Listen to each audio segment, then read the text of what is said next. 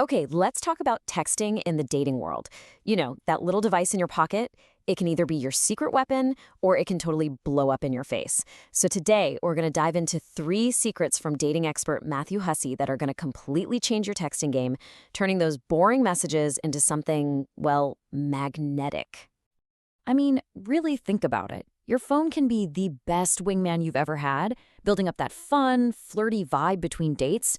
Or it can be your absolute worst enemy, just killing the attraction before you even meet. If you get it wrong, you might not even get to that first date. So the big question is, how do we get it right? You know, most of us fall into one of 2 traps. On one side, you have the too little texter. This is the person who never initiates, comes off as kind of distant, and just misses every single chance to flirt or connect. Then, on the other end of the spectrum, you've got the too much texter. We all know one, sending 20 messages a day, killing any sense of mystery, and making the actual date super awkward because, well, what's left to talk about? Both are a total dead end. So, how do you find that perfect sweet spot in the middle? Well, it all starts with our first secret: give value. This is the absolute core principle that separates a text that gets an excited reply from one that gets, well, left on read. So what exactly does a low-value text even look like? I can pretty much guarantee you've either sent this text or gotten it, probably in the last week. It's got to be the most common, most uninspired text out there. And there it is. Hey, what are you up to? Sound familiar? Yeah, it's the go-to text for millions of people. But here's the thing. It's actively working against you. Let's dig into exactly why. As Matthew Hussey explains it, a text like that sends a really clear hidden message. It's basically saying, please entertain me. It doesn't just show that you're bored. It kind of implies that you're a little boring yourself because you couldn't come up with anything interesting to say. You're basically shifting all the work onto them to keep things going. It's more of a demand than an offer. So the solution is to just flip that whole idea on its head. Instead of asking to be entertained, be entertaining. Provide the value yourself. Send a funny picture you saw, bring up a little inside joke you have, or share a cool article. Your goal is to be a little bright spot in their day, not a chore they have to deal with. So, for instance, Hussey talks about a text he got that was just a picture of the sign on a house. That's it. It was funny, it was random, and it took 0 effort for him to enjoy it. It's a perfect example of a high-value text. It's playful, it's unique, and it creates this tiny little positive moment for them. Okay, so you're giving a value now.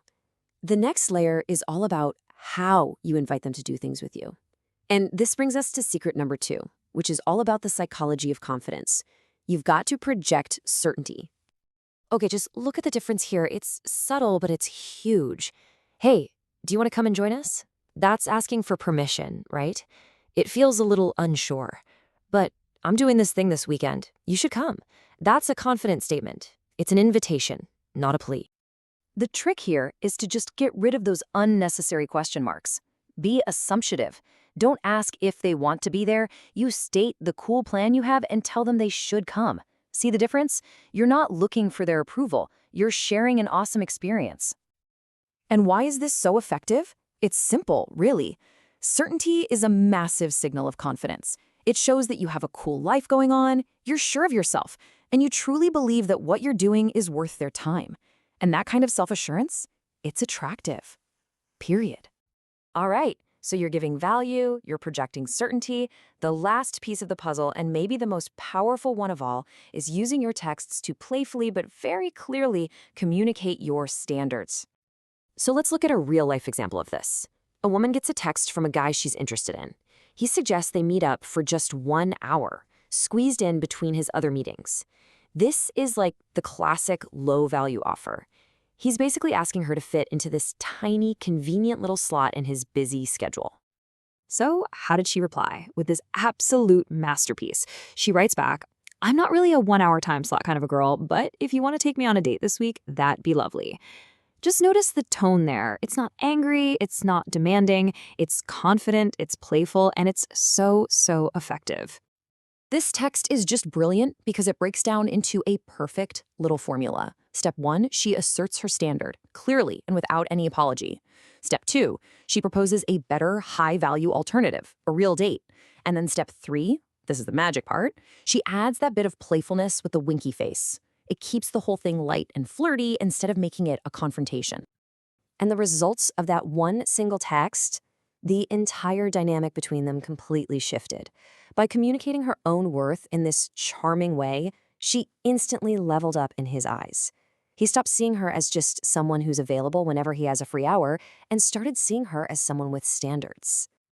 So when you put these three secrets together, what you have is way more than just a few clever lines to use. You have a whole new playbook for how you communicate and ultimately for how other people see you.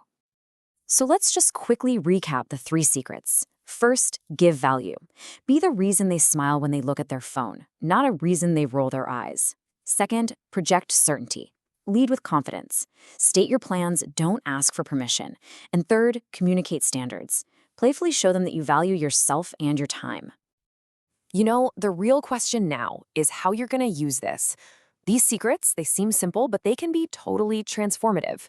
They shift you from being this passive person in your dating life to an active, confident one. So we'll just leave you with this thought. The next time your phone buzzes, what standard are you going to set?